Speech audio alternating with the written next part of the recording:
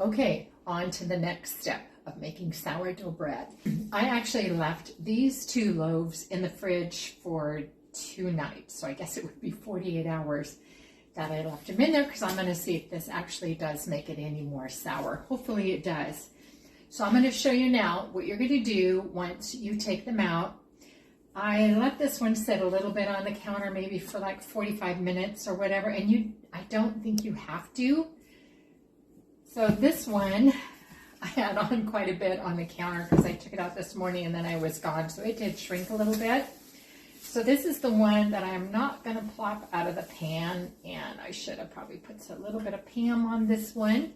So now you're going to do what's called scoring. So you're going to take a razor blade, because you want your sourdough bread to be able to breathe. And this one might be a little bit harder because it's still soft. That's why sometimes it's easier to cut it when it's cold. But I'm just going to kind of score the top. So this is kind of the first time I'm trying this one, so we'll see. So I'm taking it across. Can you see that? I'm taking it across a few times on here. Okay. So now with this one, I'm going to take the top off, and I have these little silicone things that I plop right into my Dutch oven, and this kind of makes it easier so you don't burn yourself. So I'm going to take it like this, and I'm going to plop it over. And can you see that? It's just like a nice little round ball on there. Now I'm going to take the razor blade again, and I'm going to score the top of this, and I'm going to get it in probably about like that much. Okay, I'm going to say it again. This makes it so that it's able to breathe and open up. And sometimes I do some more scoring on the side like this. Make a little design on there. I don't know if you can see. Anyway, you'll see it. I'm just kind of cutting it along the side too, like kind of feathering out on it. I'm going to be putting it into my Dutch oven, and what you do is you put your oven at 500 and you leave it just kind of get hot for like about an hour, because you want this nice and hot. So I got my trusty little glove here, and I'm going to take the top off, and you see that steam coming out. And then I'm going to take this, and I'm just going to plop it into there and put the top back on.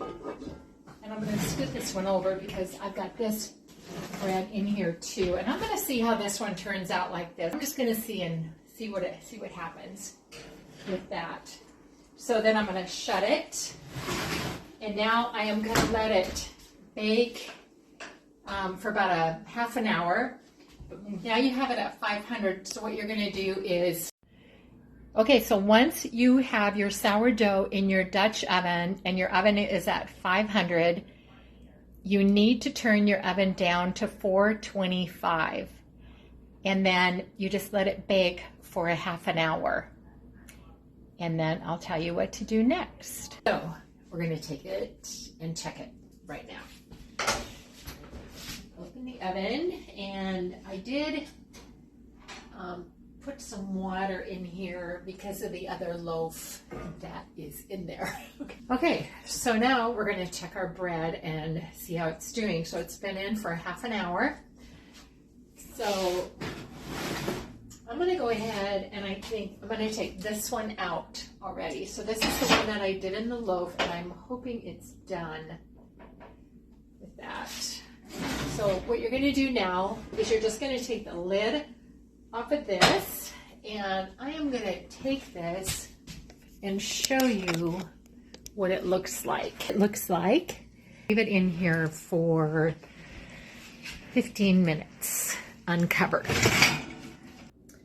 Okay, so here it is. It's kind of a different kind of a shape of loaf of sourdough bread, but that's what it looks like.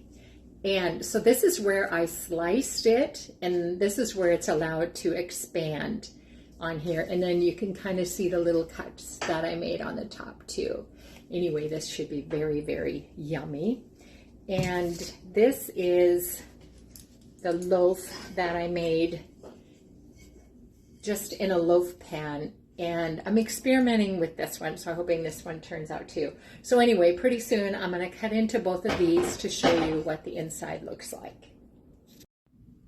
Okay, so now we're going to see how this one turned out, this loaf one. So I'm just going to cut off an end of the loaf bread, sourdough bread, and it's cutting really nice, and yes, it did turn out nice.